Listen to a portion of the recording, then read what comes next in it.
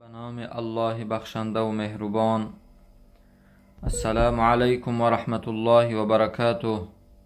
برادران و خواهران گرامی، دوستداران رسول الله صلی الله علیه و سلم، ما حاضر در بین دو خانه هستیم. خانه ای که از آن خارج شدیم و خانه ای که الان نزدش آمدیم.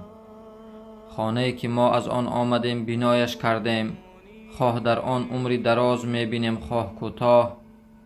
رسول الله صلی الله علیه و سلم میگوید: جبریل علیه السلام به من گفت: ای محمد، زندگی کن هر قدر که میخواهی، پس عاقبت میرنده هستی، و دوست بدار هر کی را که میخواهی، پس در آخر از او جدا میشوی، و هر کاری که میخواهی انجام بده، پس بدان که برای هر کار جواب خواهی گفت، و بدان که شرف مؤمن در نماز شب است و عزت و آبرویش در بینیاز بودنش از مردم، یعنی از مردم طلبکار نباشد.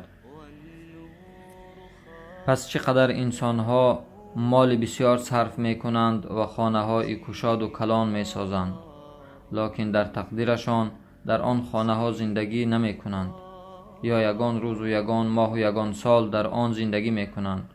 به هر حال خانه ای که در دنیا می سازی در آن ابدی زندگی نمی کنی. دنیا همه اش گذرگاه است که از آن عبور می کنی به سوی خانه آخرت. آدمان را می بینی که چقدر صرف و خرج می کنند برای خانه ای که در آن جای همیشه زندگی کردن نیست، ولیکن خانه ای که در آن تا روز قیامت می مانیم آباد نمی کنیم. از زمان آدم علیه السلام تا امروز فکر کن چقدر انسان در این قبرها خواب هستند. فکر کن که شیخ پیامبران نوح علیه السلام زیر این خاک خواب است. 950 سال مردم را به دین الله دعوت کرد. پیش از طوفان سالها و بعد طوفان سالها مردم را دعوت برای الله کرد. فکر کن که 1000 سال زندگی کرد. وقتی که ملک الموت به نزدش آمد برای روحش را قبض کردن، از او پرسید: دار دنیا را چگونه یافتی؟ نوح علیه السلام گفت: مثل شخصی که یک خانه ساخت، دو در دارد، از یک در داخل شد و از در دیگر خارج می شود. ملک الموت گفت: چگونه باشد حال امتی که آخرین امت است، یعنی امت محمد صلی الله علیه و سلم؟ عمرشان بین 60 و 70 سال است. کمی از آنها سینشان از 70 سال می گذرد و با همین حالشان خانه های آهنین می سازند. نوح علیه السلام گفت: اگر من یکی از امت همان زمان می بودم، قبرم را کنده در داخلش تا لحظه های مرگ در سجده می بودم. این خانه که نوح علیه السلام مردم را به آباد کردنش دعوت می نمود، ای برادران، برای آباد کردنش تیاری بینید. لکن مردم خانه های را می سازند 4 قبطه و 5 قبطه و 10 قبطه که در آن زندگی زیاد کردن ندارند، و خراب و ویران می سازند خانه های را که در آن آینده زندگی خواهند کرد، یعنی خانه های قبر. بهتر این است که تو گپ زنی و فکر کنی و نقشه بکشی برای خانه ای که می سازی. سالم پسری ابو حازم را سلیمان پسر عبدالملک پرسید: برای چی؟ ما را چی شده است که مرگ را اینقدر بد میبینیم؟ از مرگ اینقدر بیزار هستیم، گریزان هستیم. گفت: برای آنکه ما آخرتمان را ویران و دنیا امان را آباد کردیم. به همین خاطر بد میبینیم که از آبادی به سوی خرابی سفر کنیم. انسانی که خانه زیبا میسازد شوق زیاد دارد، بسیار مشتاق است که به آن خانه انتقال یابد، زودتر گذرد.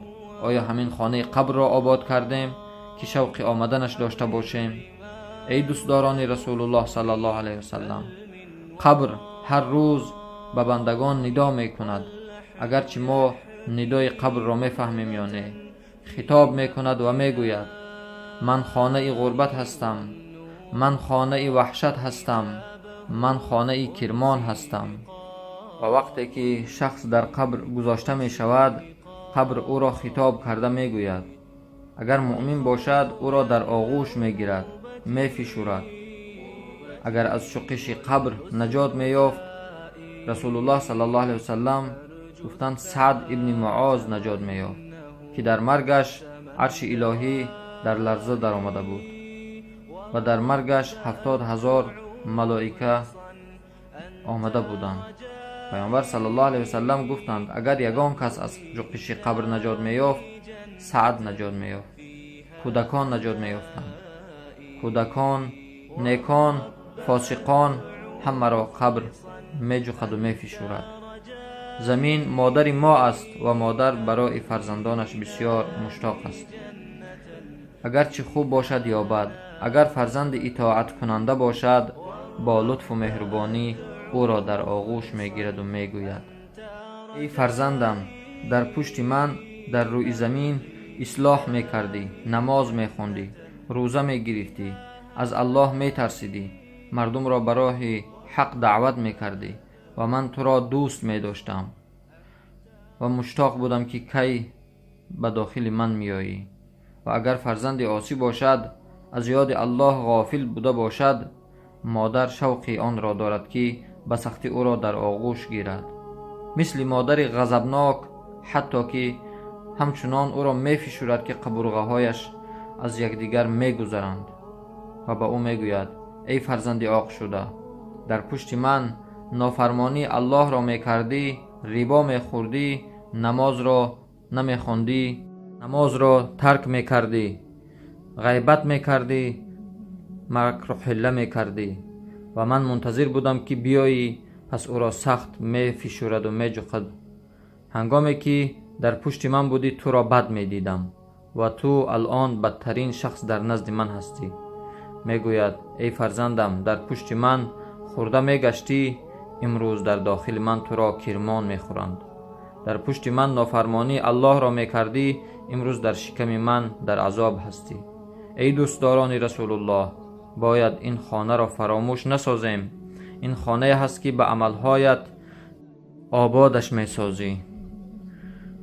رسول الله صلی الله علیه وسلم می گفتند قبرستان ها را زیارت کنید، زیرا آخرت را به یاد شما می آورد و دلهای سخت را ملایم می سازد. به سوی این شهر پر از مردگان بنگر، اگر در نزدشان بنشینی تو را به یاد آخرت می آورند و اگر از آنها دور شوی تو را غیبت نمی سازند. نه مثل شخصان زنده که اگر از آنها دور شوی غیبتت می کنند، لیکن این مردگان بهترین نصیحتگر هستند. باید دانی که آنها هم مثل که ما و شما زندگی می کردیم زندگی می کردند و می خوردند و می گشتند، مثل ما و شما برای زندگانی شب و روز از عبادت الله غافل می دویدند.